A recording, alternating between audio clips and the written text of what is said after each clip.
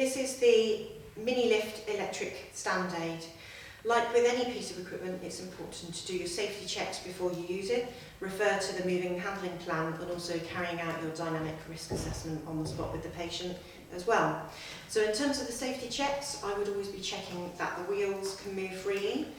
I would be checking that there's no damage to the stand aid at all. I would check the shin pad here. I would check there's no damage on there. I would be checking that everything's in order, that this piece here can move in and out. And because this is an electrical piece of equipment, I would also be looking for the Lola sticker, which as you can see is just here.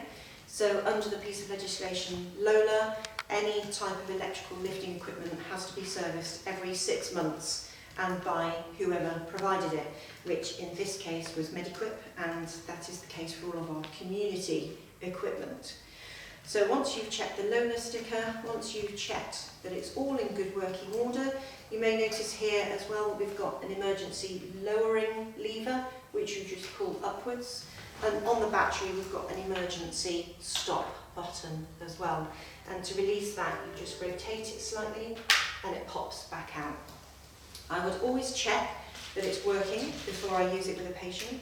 So just have a little press of that remote up and down, and checking that the legs go in and out as well. So checking the legs are going in and out. That's good.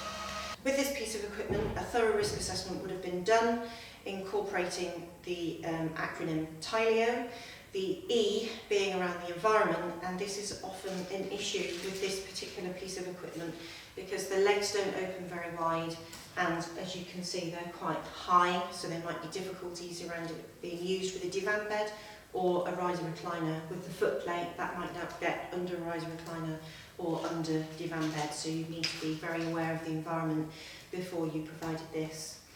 This particular mini lift safe working load is 160 kilograms, and it's written on the frame there, it's 160 kilograms is the safe working load. If you need to adjust the shin pads, we can do that very easily with these 4 screws. So there are 4 screws here which make the shin pads go forwards and backwards and up and down. So from here, this can go forwards and backwards, which is really helpful to get people's legs in the right position. We can also move that shin pad up and down. And there's another screw just on the other side here that I can just undo, which helps me to bring that shin pad down.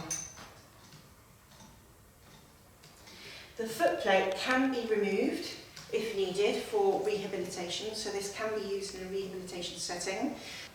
With a mini lift, we've got 2 types of thorax slings.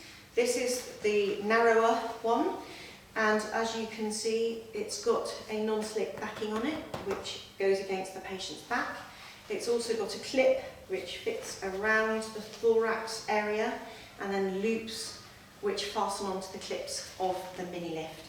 Before using any sling with the mini lift, it's important to do your safety checks, check that there's no fraying, check there's no damage to the sling before you use it.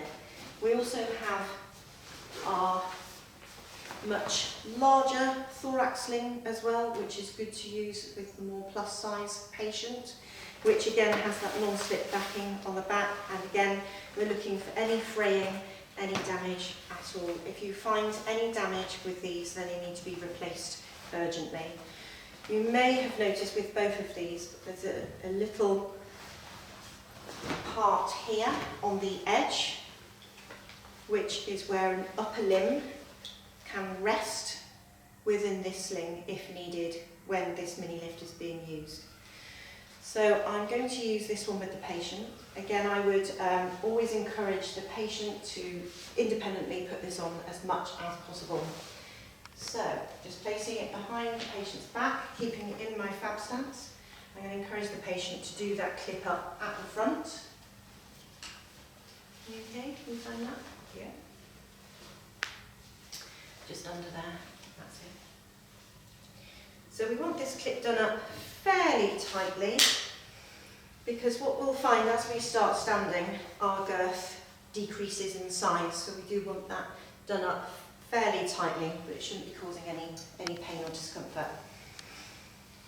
So we bring the mini lift in towards the person. So here I need to open the legs to get around the chair.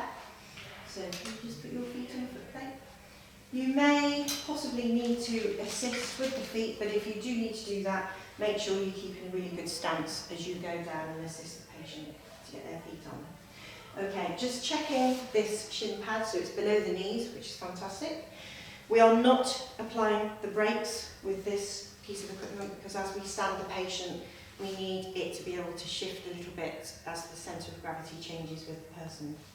So when applying the loops, we can undo these screws here and bring this part of the frame towards the patient to get the loops on these clips here. So I'll just see if I can get preferably the shortest one on, because it does give a slightly better standing position. So I'm going to walk around the other side, makes it easier for me. Show the shortest loop, and then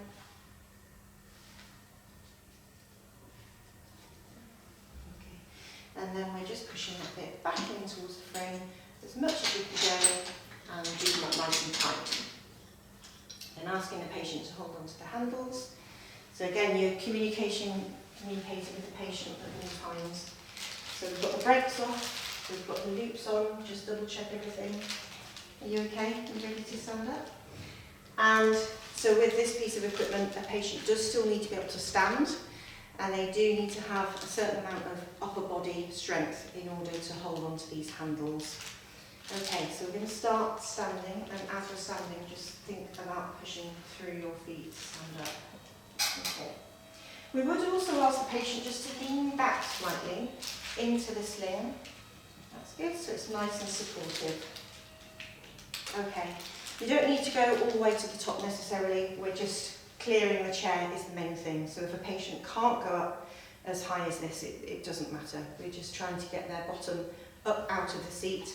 And once they've cleared the seat, we then, in our fab stance, we start to move the stand aid. At this point, if it's easier, you can bring the legs in. You okay? And then moving it around the bed. Change your position if you need to make sure that you keep a nice, safe stance. So pushing it around here to the bed, trying to get the edge of the bed touching the calves. Again, we're not using the brakes because we need the machine to be able to adjust as the patient sits down. So from here, so we're going to start sitting now. Okay. So bending the knees, sitting down onto the bed.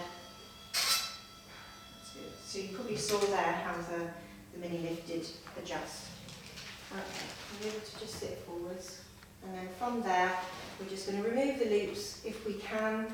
If it's a bit tricky, then we just move this part of the frame forwards to remove the loops.